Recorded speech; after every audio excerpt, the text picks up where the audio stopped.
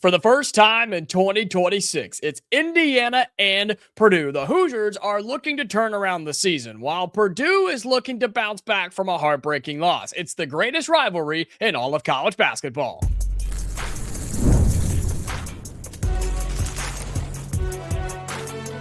You are Locked On College Crossover, part of the Locked On Podcast Network. Your team every day. Welcome in. It is a Locked On College crossover of Hoosiers and Boilermakers. I'm Jacob Goins of Locked On Hoosiers. He is Nick Arvin of Locked On Boilermakers. Thank you so much for making our shows your first listen or your first watch every single day. We are part of the nation's #1 sports podcasting network, so thank you for making that so. And it's finally here. It's Indiana and Purdue in basketball. So Nick did agree to show up and talk with me today, since I promised we would not have any football conversation on today's crossover. We're excited for two teams that are so different, it's not even funny, but they're kind of in the same limbo right now, Nick, because they're winning some games, they're losing some games, and we just can't figure out what these two teams want to be for the entire season. But here we go. It's Indiana and Purdue, round one inside of Assembly Hall. Jacob, I've waited for this one, and I've waited for this one, and I've waited for this one. I endured all the football season, all the talk on the squad shows, all the talk on the crossovers, waiting for this day when I would finally be able to talk trash back about my top-ranked Purdue Boilermakers. But now, as we're sitting here January 26th, day before the big game, I'm not as optimistic as I thought I was going to feel going into this one, because I've been pretty disappointed as of late with the way that Purdue has played after a great start to the season, where your only real loss is Iowa State. Then you string together 6 or 7 Big Ten conference wins. You go into the West Coast trip down to LA, face off against USC, and that was a game where you got close to losing that one. Eventually, you lose to UCLA, try to bounce back at home against Illinois, and then lose that one as well after giving up 46 points to a freshman. There's a lot to talk about surrounding this matchup. From a Boilermakers perspective, this is a game that we absolutely need to bounce back in. We'll talk all about this game today. Jacob, how are you feeling right now about your Hoosiers? I mean, Okay. That's about all I got, man. That's about all I can. That's my expert analysis on this Indiana basketball team, because 13-7 on the year, 4-5 in Big Ten play. We'll talk matchups and predictions and things as we go today, but this is a team that had a chance to beat Louisville and didn't do it. This is a team that had a chance to beat Kentucky and didn't do it. This is a team that beat Washington and looked pretty good doing so, beat Maryland on the road and looked pretty good doing so. And then they decided to lose 4 games in a row, including Nebraska, Michigan State, Iowa, and Michigan. Now, 3 of those teams are legit. The Iowa game at home, losing by almost 20, that's not so good. And I'm sorry, Nick, but a win over Rutgers on the road just doesn't really give me the confidence I'm looking for here, because you've seen this Indiana team enough. When they're on, and they have every chance to beat anybody in the country. But when they're not, and even if they are on, there's a really good chance it's going to flip off at some point. And if they're not on at all, then they're going to lose by 25 or 30 points. And that's what's scary about this game tonight, even though it's at home. Okay, even though it's at home, you just don't know what you're going to get from the Indiana Hoosiers. And I can promise you it's not 40 minutes of basketball against a quality opponent, where I know Purdue will give you that even if they don't come out on top. That's really what we've seen from Purdue the past couple weeks or so is you get 35 really good minutes from this team. And this is even in Purdue's wins. We saw that against Washington, against Wisconsin, all those Big Ten games throughout there where Purdue, they'll get up. Braden Smith, he'll give you an elite stat line, but then at the end, it just seems to slip away. And yes, you pull out plenty of wins, but it just feels like at times this Boilermakers team hasn't been able to put their foot on the pedal for 40 full minutes of basketball. And while I do think that Purdue is going to have a very good chance of dominating the Hoosiers in Assembly Hall. And we'll get to our predictions later in the show. It's a game where I think if this team isn't ready, which I don't know how you're not ready going into a rivalry game like this, you have to be amped up. But it's the same conversation that I've been having on the show. If Purdue is not ready for these games, if they don't play with that type of intensity, you would expect out of an experienced group, they can get beat by anybody. That's the reality of college basketball. So I do want to see, I don't know whether to say an effort change from Purdue, because I don't necessarily know if it's a lack of effort as of late, but it's just getting complacent, not fighting for a full 40 minutes and not finishing and pulling out these games. And there are a lot of concerns about the guys around Braden Smith right now. Fletcher Loyer has been really bad as of late, and I'm sure that we'll talk all about him in this one. Trey Kaufman-Renn hasn't been at the level you want him to be at as of late. There are some concerns for Purdue in this game. There are some concerns about how they'll play for 40 minutes, but coming off 2 losses, going into Assembly Hall against the Hoosiers, I just feel like this is going to be a team that's passionate and ready to bounce back for a victory. And I mean, look, it's Matt Painter. I trust him, right? I trust him as a head coach. And now you have a new Indiana coach on the sideline, and Darian DeVries, who Purdue has not seen, at least in person yet, that the Boilermakers have to prepare for. But I say that more so on what does DeVries do? What does his staff do? How does his team respond to this type of game? I love the first one being at home from the Indiana perspective. If this was in West Lafayette, we're in big trouble. And that very well could be the case when we go there in just a couple of games. But Indiana's looking to change its season tonight. Indiana's looking to turn the season around and get the biggest win so far of the year and of that Darian DeVries era, because the schedule's still tough. You still have big games on it, like Michigan State, a road trip out west. We got to do the same thing going to play USC and UCLA. This could really get you to that next level. And I think for me and for Indiana fans, Nick, it would prove that the Hoosiers can do it, that they have the ability to win big games and beat quality opponents, because they simply haven't done so this year. So that's what's at stake tonight. Indiana to turn around its season, Purdue to get back on track and be that Final Four contender that a lot of people had them be in the preseason. But how will these teams how will they do it? How will they go at each other? Who will be the key factors tonight? We talk about that coming up next in this Locked On crossover of Hoosiers and Boilermakers.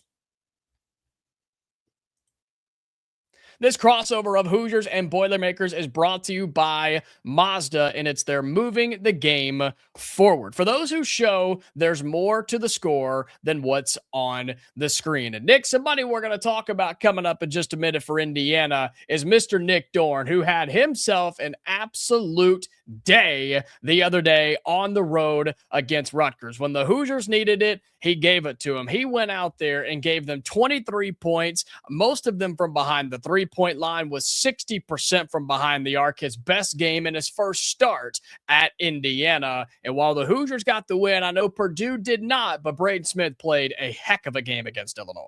27-12, fighting through an ankle injury. When you talk about Mazda moving the game forward for Purdue, it has to be Braden Smith. And win or loss, he's going to show up just like our friends at Mazda. Yeah, I mean, giving it that a little bit extra fire, right? The grit, the determination to try and get the win. I expect both of those players to have good ones here again tonight. We put that same passion into every model. Highlights make the reel. What it took to get there makes it count. There's more to a Mazda because there's more to you.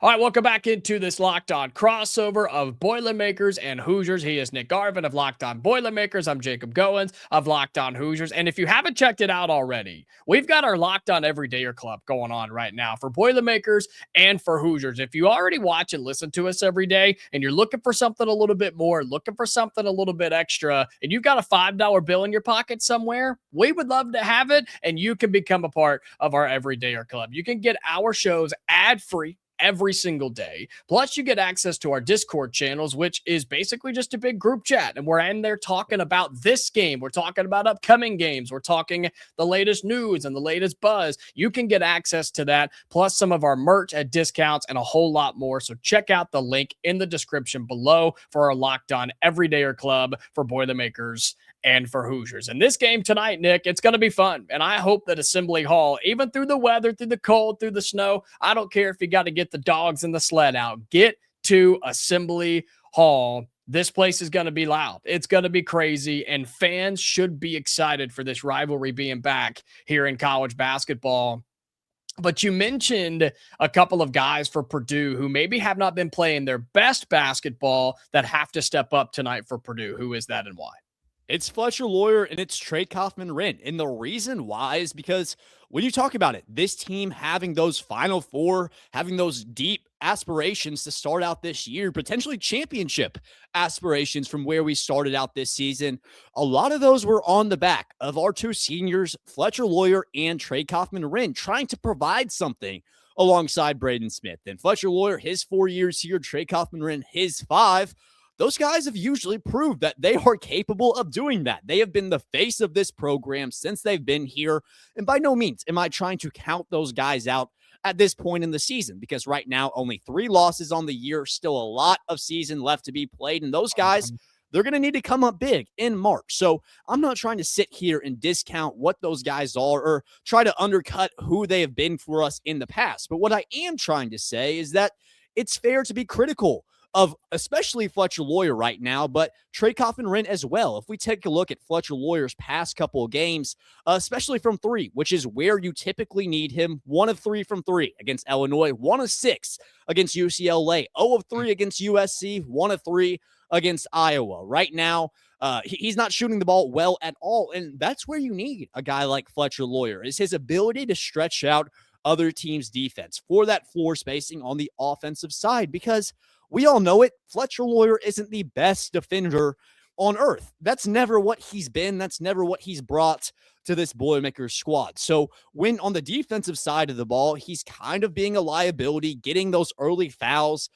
You can't keep him on the court if he's not able to shoot the ball at a high level. And we've seen that because he's only played like 19 minutes the past few games. That's not where we've typically seen Fletcher Loyer. So he's going to be huge in terms of trying to provide some value for this Purdue team right now, because as of late, he just hasn't provided what we have needed in order to pull out those victories. If Fletcher Loyer plays better, we're probably still undefeated in Big Ten play, to tell you the truth. He hasn't, and that's why we are where we are. But for Trey Kaufman-Renn as well, this year has been incredible in terms of his rebounding numbers to start out this season. You bring over Oscar Clough in, Trey Kaufman-Renn has benefited a lot from that. But as of late, in these past few games, the past couple losses, he was a little bit better against Illinois, but the rebounding numbers just haven't been there. On the offensive side, that little 2-foot floater that he's normally brilliant at also hasn't gone in. So just those two guys struggling right now. For Trey Kaufman-Renn, it's going to be on the glass, on the boards, asserting yourself physically down low against an Indiana team that the front court is definitely questionable. Trey Kaufman-Renn is going to need to provide a lot for Purdue in this one. Fletcher Loyer is going to need to prove that he's the senior we've seen over 4 years. What about you, Jacob? Who is going to need to step up? Who has struggled as of late? And who do you want to see perform against Purdue at Assembly Hall in this one? Everybody. Okay. Everybody. That's my answer. Everybody has struggled as of late. Everybody needs to step up. Everybody has to play well in this game. Here's the problem, Nick. Indiana, at best, has a 7-man rotation. That's not good. That's not competitive in Big Ten basketball. Your 5 starters can get you pretty good, and then you just have little to nothing coming off the bench, especially with a guy like Nick Dorn, who I mentioned in our Mazda Moving the Game Forward, who got his first start of his Indiana career and took advantage of it, made the most of it, right? But if you put him back in the starting lineup, which I don't know why you wouldn't tonight with the way he played against Rutgers, you have Tatum Conaway off the bench and Reed Bailey and Trent Sisley, but that's pretty much it. And one of your starters at the guard position is Connor Kaufman-Renn, right? And he is not going to score at all. Don't expect him to be an impact whatsoever, at least offensively. He's your defensive guy, and even that is wishy-washy at best. And so Indiana has to find guys to step up outside of Lamar Wilkerson. Can Tucker DeVries finally get it going? He found it against Rutgers. Maybe that carries into this rivalry game tonight against Purdue. Sam Alexis is going to have to play well. Reed Bailey's going to have to step up and be the guy you brought him in to be. You brought him in from Davidson to be your starting center, and he's just not. He's non-existent. He is soft on the inside, and Indiana's bigs are going to have to do several things tonight, Nick. They have to rebound at least competitively. I'm not saying win the battle because you're not going to, but at least don't get beat by 20 on the boards tonight. You also have to find a way to get open without the basketball and find easy competitive buckets, okay, in the lane amongst the trees down there. And then you have to defend without fouling. That is Indiana's biggest problem, and that's across every position, every player on this team. Because when Indiana's in foul trouble, heck, when any team is in foul trouble, you simply can't play well if your best players are watching from the bench. And so those are the things that concern me. Indiana shooting the ball, that it is what it is. They're a shooting team, and we know how shooting teams are. They're streaky. That's what they are.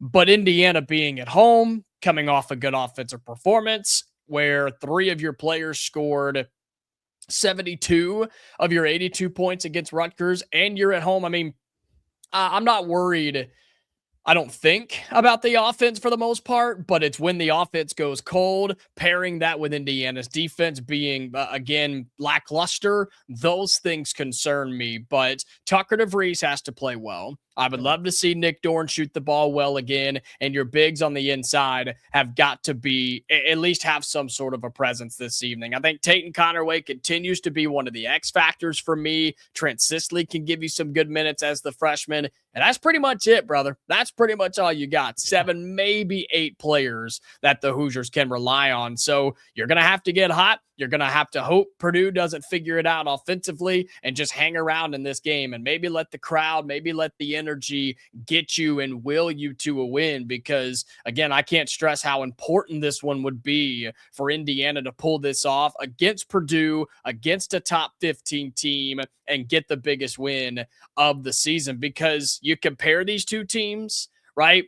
Indiana, I mentioned it, under 500 in Big Ten play, not even sniffing the top 25 right now. Purdue, even on the skid they're on, they are still a top 10 team in KenPom and in the net rankings. Indiana's a top 40 team in KenPom and net rankings. So I don't know, man. Well, I know we're going to do predictions coming up in just a minute, but even at home, I don't feel good about it. I haven't seen Indiana do it against a quality opponent. Their wins this year, Rutgers, Maryland, Washington, Penn State.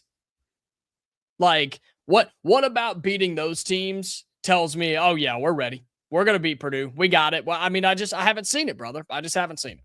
I agree with you. You shouldn't feel confident about this game. And that's not even me coming from a Purdue perspective. It's just everything that you see on paper, even with Purdue dropping 2 games, even with them dropping down to number 12 in the AP poll. This is not a game that Indiana Hoosier fans should be confident about. And here's my thing with this one. So you said it at the beginning of this episode, where this is the most pristine rivalry in college basketball. You could talk about North Carolina and Duke, and there's a lot of Duke fans sitting in tents right now trying to get into that game. I saw that.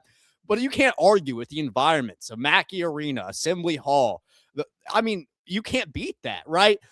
So that's going to be the thing in terms of Indiana, is the only way that the Hoosiers pull out this game. The only way is if Assembly is rocking and if the Hoosiers make their threes, because that's been proven the way to beat Purdue. We saw that against UCLA. We saw that against Illinois, where the perimeter defense has been really bad for Purdue as of late. That's been our one weak. Well, we've had multiple weaknesses, but that's been our one glaring weakness as of late. So that's the one thing I want to ask you before we get into these matchups. Will Indiana shoot the ball well from 3 in this game?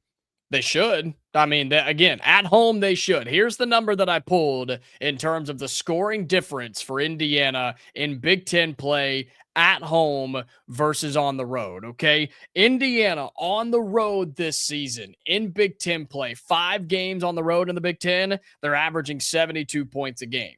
At home in 4 games, 84 points.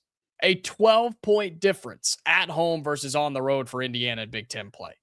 Now, it's a somewhat small sample size, but a lot of that is from behind the arc. Guys like Lamar Wilkerson, Tucker DeVries has to get there, Nick Dorn, Trent Sisley, even Tate and Connerway here and there. Like, those guys have to be on. So if that can be paired with a poor perimeter defense from Purdue, then I think you have a chance to pull off the upset tonight in Assembly Hall. But we will make our final predictions for this game when we come back on this Locked On crossover of Hoosiers and Boilermakers.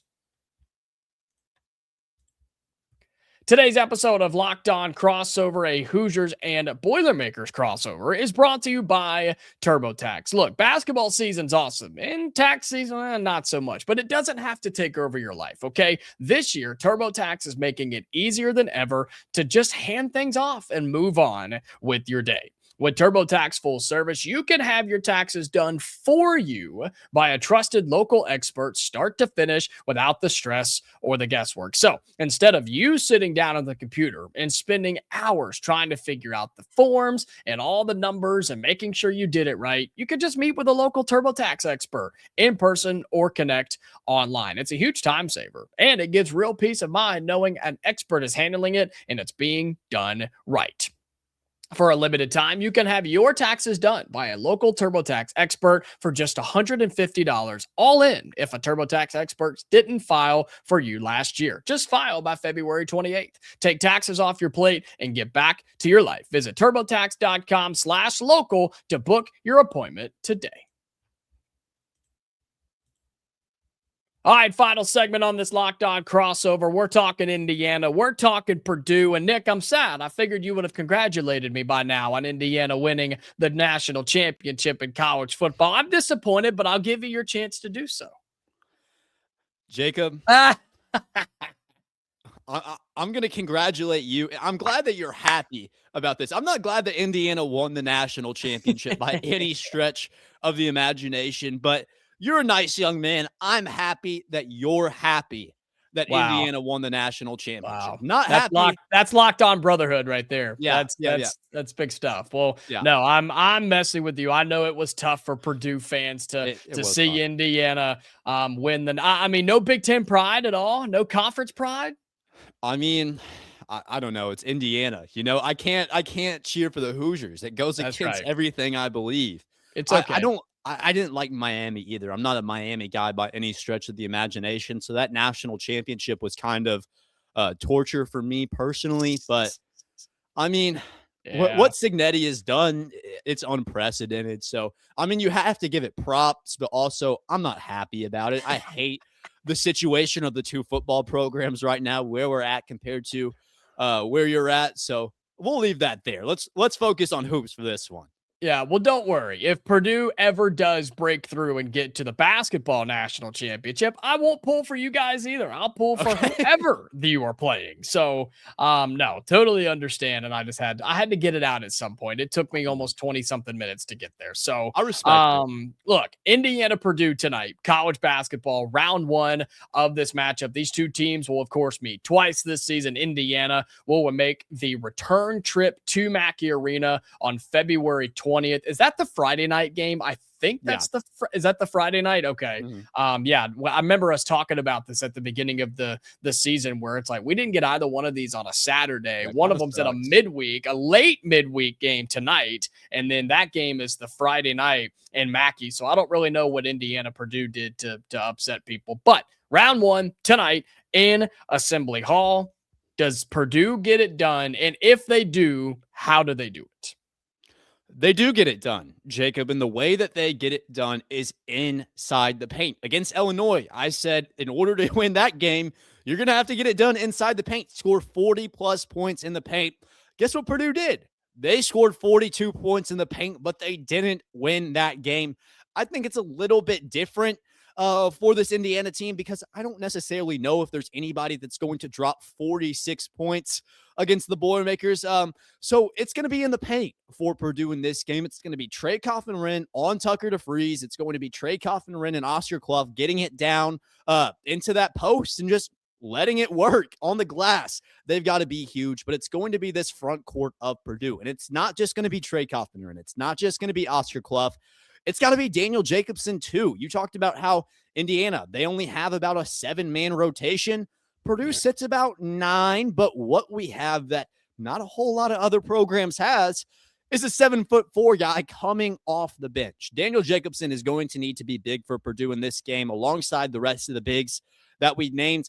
I feel confident once again, and I know I said this, I had to eat crow last week for it, but if Purdue is able to score 40 points in the paint, they win this game. And I honestly think that they win by a significant amount. This is going to be a game where you come off back-to-back losses. This Purdue team is going to be hungry, and it's going to be a flip of the, or not a flip of the coin, but we're on a different side of the coin for this one. For Indiana, you need to win this game to flip the season. You need to win this game to show that this is a Hoosiers team capable of making it to March and potentially winning a game. That's what you get with a win over Purdue. But if Purdue loses this game, it's a colossal failure. It's a game where you sit here and just Purdue fans are going to be so upset. I would be so upset if we found a way to lose this game. So this is a must win for Purdue. This is a, if you win it, amazing for Indiana. But I feel like the pressure is on Purdue in this one. And honestly, with the experience we have,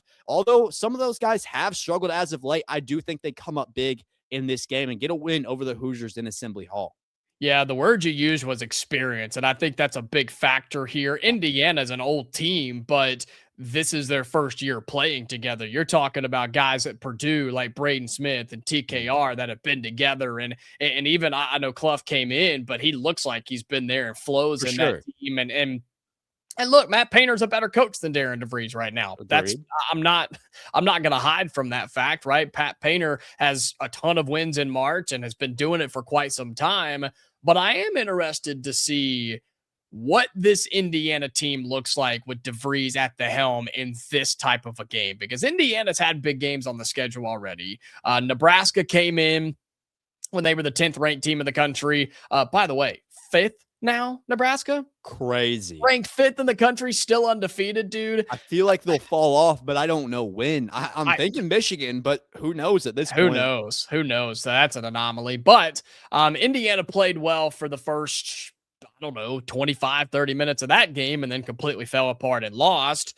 You went on the road to Michigan and looked terrible and had Michigan State and things like that. But this is the biggest game so far this season for Indiana, with your rival coming to town. You're coming off a win. They're on two-game skid. You have an opportunity here. And if Indiana wants to win, we talked about the three-point shooting. That obviously has to be at a near season high tonight. And not just from one person, Nick. It has to be from multiple guys who contribute for the Hoosiers. And I'll say this. If somebody fouls out, Indiana will lose this game. If somebody has to sit down in the first half because of foul trouble, Indiana will lose this game. You have to be on the floor and you've got to push the basketball. If Indiana is able to do those things, they have a chance, and I think they can pull off the upset tonight. But if any of those things go wrong, the Hoosiers are in big trouble. And until I see it for 40 minutes against this quality of an opponent, I just don't know if I can go with it. But I do think it's a good game. I do think this will feel like classic Indiana and Purdue. And as long as it's a game at the under 8 timeout, brother, I'm good to go. I'll see what I need to see from Indiana to at least be competitive. And as you mentioned, try to turn the season around and try to get to the NCAA tournament. He is Nick Arvin of Locked On Boilermakers. I'm Jacob Goins of Locked On Hoosiers. Make sure you subscribe to both of our channels on YouTube. Follow us on your audio podcasting platforms as well. We're talking all sorts of stuff in terms of Purdue and Indiana on our respective channels. We appreciate you being here on this Locked On crossover. So until next time, stay safe, and we'll talk to you later.